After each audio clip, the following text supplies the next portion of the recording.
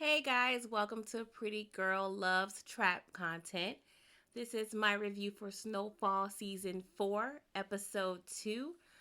This episode opens with a warehouse scene. We see Peaches, Manboy and his crew, Franklin, Uncle Jerome, and Franklin's bodyguard. They are hiding and they're waiting on Scully to arrive so they can ambush his crazy behind. Because we remember in episode 1, Franklin set up a so called meet up with Skelly and his gun plug. So we see Scully being driven to the warehouse and he gets high. Well, his version of high by putting some type of drops in his ear. I need to figure out exactly what that is. But once Scully arrives, he mentions the vibe of the warehouse was a little off. And boy, was he right. I mean, he may be crazy and all, but he does have a sixth sense about him. I'm not sure if it's the drugs or not, but you know, he's definitely a special type of person. He starts rambling about roaches, and the next thing we know, he's shooting up at a light fixture on the ceiling, and one of Manboy's overzealous minion comes out of hiding and starts shooting, and all hell breaks loose, and it becomes a shootout. So we see Aunt Louie at her club. She's stressing, wondering if the ambush was successful. And Franklin, Uncle Jerome, Peaches, and White Boy Rob come storming in. Peaches have been shot and want to go back like the war vet that he is, but Aunt Louie tells him to chill because that's just not smart, especially since they don't know if Scully is dead or not, which is important because if he's alive, he's coming for everybody, including Franklin and everyone he loves. So now we're seeing that Franklin's plan fell apart. A part. Like, what the F, Franklin? What are you doing, bruh? See, I would have just left and packed up my millions and moved far, far away, but Franklin is being naive and thinking he has the ability to stop this beat. Anywho, we now see Franklin. He goes to his parents' house and asks them to leave for a while as a precaution since Scully's death has not been confirmed. I mean, that's the best way to be. It's safe. So, Sissy and Alton, they are too damn stubborn to listen. They just want to be proud and on some we shall not be moved ish. So, we're going to see how that happens. We know old people can be stubborn. So, he can't do nothing about that. We see Leon and his product is getting hella low, and one of his minions suggests getting product from his cousin's Mexican Connect, which turns out to be a setup. And I have a feeling that Leon is going to end up building an alliance or a business relationship with an unlikely source out of desperation. But we'll have to just tune into that, child. We don't know what's going to happen. And since no one knows if Scully is still alive at this point, Franklin does warn Leon to watch his back.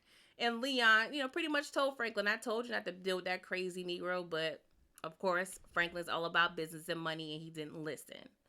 So Franklin meets up with Manboy, and Manboy told Franklin that he in fact did shoot and kill Scully, but Franklin knew darn well not to completely trust that information, and he's definitely going to be watching his back still. And we see Sissy here getting more stressed out about the violence in the city, and she knows Franklin is involved in some type of way. Teddy and Gustavo, they meet up with Chief Fuentes to strike a deal, and of course, the chief tries to strong arm the situation, and he requests 100,000 a week to quote unquote look the other way and let them move weight through his city. Mind you, Teddy began the negotiations at 10K, but Teddy ended up offering 50K as a middle ground. But I know Fuentes is going to find his way to get his 100K. Franklin hides out at his old flame's house and asks her to ask around to confirm if Scully is dead or not. She asks around and later confirms that Scully is still alive and is big mad. So we see Scully sitting on his couch, removing the bullets from his own arms as he orders his crew to find Franklin's safe and declares war on Franklin. So we see Franklin and the crew, they meeting up at Aunt Louie's club, and they confirm more security help is on the way from Oakland to help keep Franklin and his crew safe. Franklin meets with Officer Dan, aka Andre's former partner. I can't remember his character's name, but I hate him, so I don't care. He offers to snitch on Scully and offers Officer Dan a 20K incentive for each person that he arrests. So we later see Officer Dan and some other Inglewood officers scoping out Scully's hood, and they realize that the Bloods are just super strapped and will not be taken down easily. So the other officers realize that it's not worth the trouble. I mean, that left Officer Dan pissed. So now we see the reporter meeting with the assistant slash intern or whatever he is at a bar to discuss Franklin and his family and what they're into.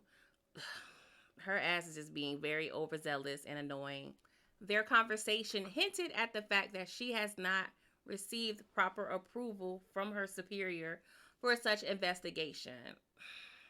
I'm so over her already. I'm done. They also discuss that Alton, Franklin's dad, works at a shelter, and of course, she pops up snooping around the shelter, introduces herself to Alton, acting like she wants to write an article on his good work there. He is skeptical, and he should be, but in the midst of her snooping around, she sees Officer Dan.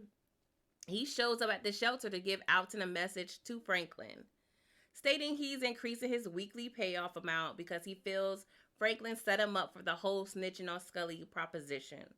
Things get heated between Alton and Officer Dan, and the reporter chick intervenes as an quote unquote ally for Alton. I use the term ally very loosely. And back at Franklin parents' house, they sit and strategize a way to get out of all the mess that has been created. Sissy, Franklin's mom, mentions that she contributed a large amount of money to a local politician who is raising funds for his campaign. So she is hoping her generosity will be helpful in finding another alternative to insulate Franklin and the fam if ish were to go down. Now Gustavo returns home to an open front door and knows something is wrong. He finds his paralyzed friend and his wife stabbed to death on the kitchen floor next to a message written in blood on the floor. The message reads 100K. So he knows who did this. Whew, Lord. That was the end of the episode. I am excited and nervous to see how everything unfolds. What did you guys think of the episode? Let me know in the comments. Thank you guys for listening. I appreciate you. Please make sure you like this video. Talk to you later. Bye.